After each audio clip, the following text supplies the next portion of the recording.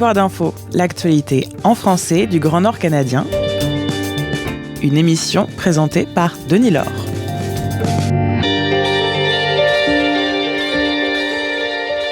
TNO en mode séduction. Bonjour tout le monde. L'Association for Mineral Exploration tenait sa conférence Roundup du 25 au 28 janvier dernier à Vancouver. Le gouvernement des territoires du Nord-Ouest y a envoyé une importante délégation afin de faire la promotion des territoires comme étant un endroit avec un énorme potentiel, notamment du côté des minéraux critiques. Caroline Wozniak faisait partie des membres du cabinet qui étaient sur place aux côtés du premier ministre R.J. Simpson, celle qui est entre autres ministre des Finances et ministre responsable de l'infrastructure stratégique de l'énergie des chaînes d'approvisionnement, nous a accordé une entrevue où on a parlé notamment des rencontres avec des gens de l'industrie minière qui ont été faites là-bas. On a aussi parlé du passage du gouvernement à Vancouver pour faire des annonces liées à l'industrie minière, comme le protocole d'entente signé avec le gouvernement Tlichon et la Première Nation des Yellowknives Dene sur le corridor économique et de sécurité de l'Arctique, et le lancement de bases de données sur le pergélisol et le relevé aéromagnétique de Pine Point. On a maintes fois entendu parler que le corridor de l'Arctique, l'agrandissement de la centrale Talston et le prolongement de la route du Mackenzie joueraient dans le développement de l'industrie minière des TNO un rôle majeur, mais il y a un développement qui peut se faire avant ça et c'est dans cette optique que j'ai parlé avec Mme Wozniak. Inévitablement, quand même, le sujet des infrastructures majeures s'est invité dans l'entrevue. Est-ce que vous avez réussi à attirer des compagnies minières pour faire de la prospection ou de l'exploitation? Est-ce qu'il y a des choses qui se sont passées qui ne sont pas dans des communiqués? Les communiqués, ça parle des grandes choses qu'on vient de signer, des grands protocoles d'entente, choses comme ça. Mais le fait qu'on vient ici, on fait des rencontres chaque jour. C'est en train de parler à des projets qui existent déjà, des projets qui commencent à avoir des pas en avance et aussi d'autres qui commencent à demander s'il y a des opportunités. Alors, on leur parle de c'est quoi les barrières pour leur avancement et qu'est-ce qu'ils font de chaque journée afin qu'on peut leur aider à avancer ce qu'ils font. Il y a beaucoup de bons, momentum.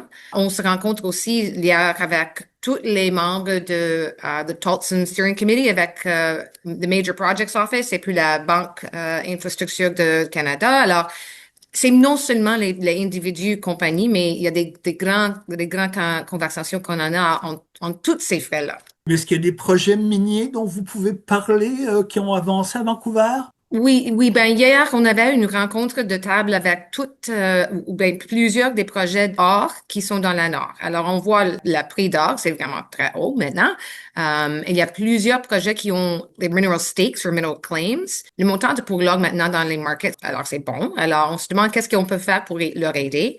Alors, on a parlé tout ensemble, qu'est-ce qu'on peut faire pour leur aider à s'avancer. Et je pense que ces conversations-là, on trouve qu'à la fin, il y avait un sens les projets qui nous dit, le sens c'est que ils sont vraiment très contents de nous voir, sont contents de ce qu'ils entendent, sont contents du fait que il y a une compréhension qu'on va faire des choses, nous autres comme gouvernement, ce qu'on peut faire, on va le faire.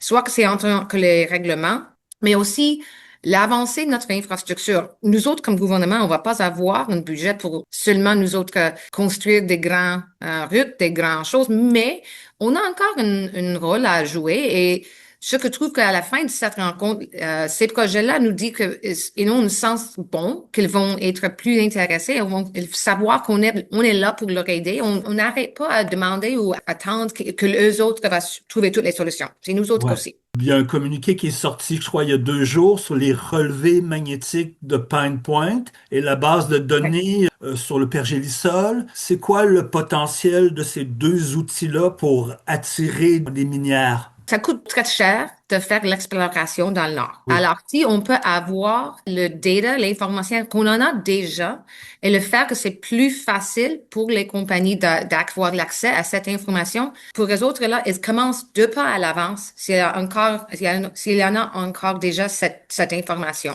Alors, il y avait beaucoup de bonnes réceptions à cet annoncement et on a eu des idées que peut-être on peut faire la même chose avec encore plus de notre information qu'on en a déjà depuis 20, 30 ans d'exploration dans le Nord. Alors, ça, c'est une première pas qu'on prend, mais on veut encore faire d'encore plus avec l'autre information.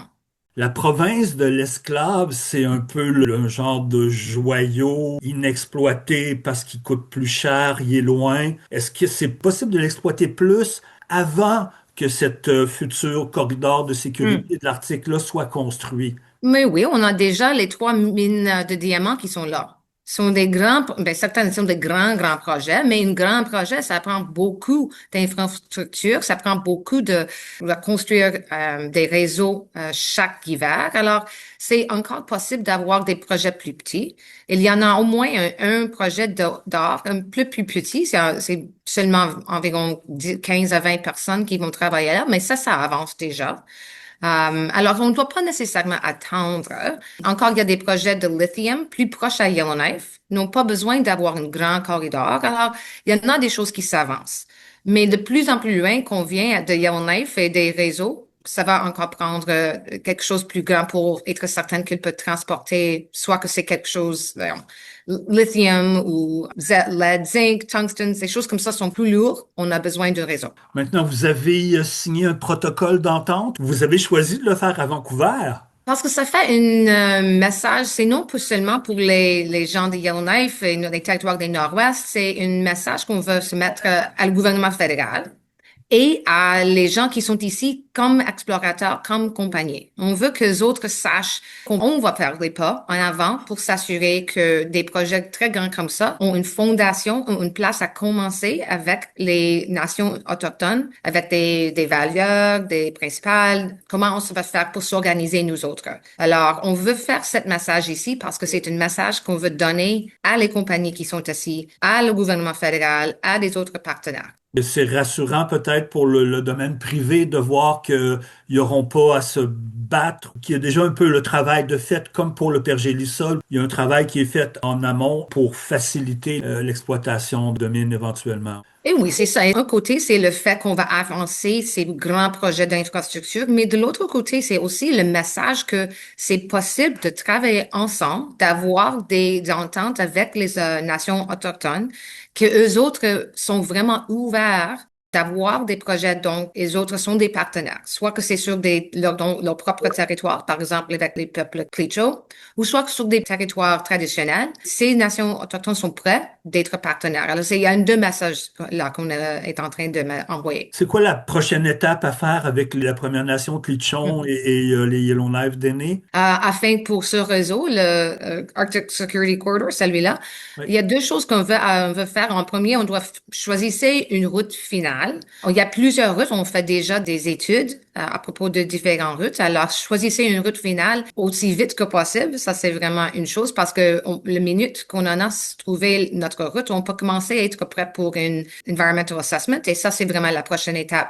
Mais de l'autre, c'est à la même temps, d'être certaine qu'on va avancer. C'est qui va avancer le projet? C'est qui va être le project proponent? On peut faire ces deux choses à la même fois. Alors ça, c'est les deux prochaines étapes. En vérité, c'est non seulement pour Arctic Security Corridor, c'est la même chose pour Tolson. Alors, on fait tous ces projets en même temps. On va pas probablement les construire au même montant, mais on sont reliés. Sur l'un côté, c'est l'énergie et sur l'autre côté, c'est les routes. Les deux sont pas indissociables. Parce que je trouve que maintenant, le gouvernement fédéral vient de savoir qu'on a vraiment besoin des routes dans Ouais. le nord, dans l'Arctique, et on n'en a pas.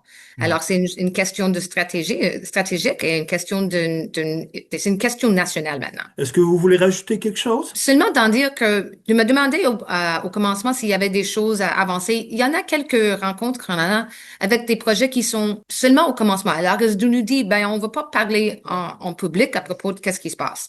Mais le message qu'on reçoit ici, il y a un momentum avec le Nord. Le fait que le gouvernement fédéral parle du Nord comme une place qu'on doit vraiment avancer et que nous autres sommes ici afin de trouver des questions et des solutions pour l'infrastructure réseau, l'infrastructure d'énergie et nos règlements.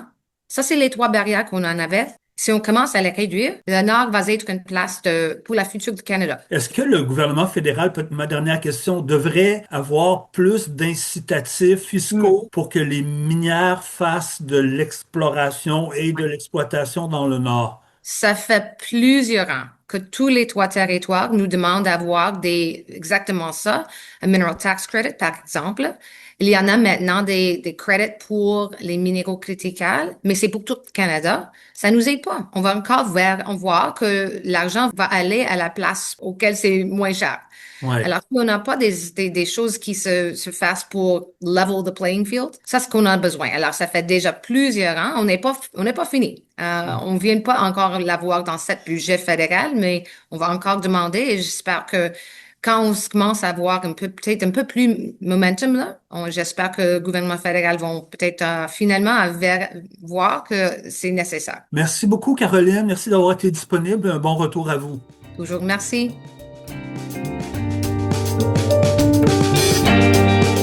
Territoire d'info, l'actualité en français du Grand Nord canadien. Une émission de l'initiative de journalisme local financée par le Fonds canadien de la radio communautaire.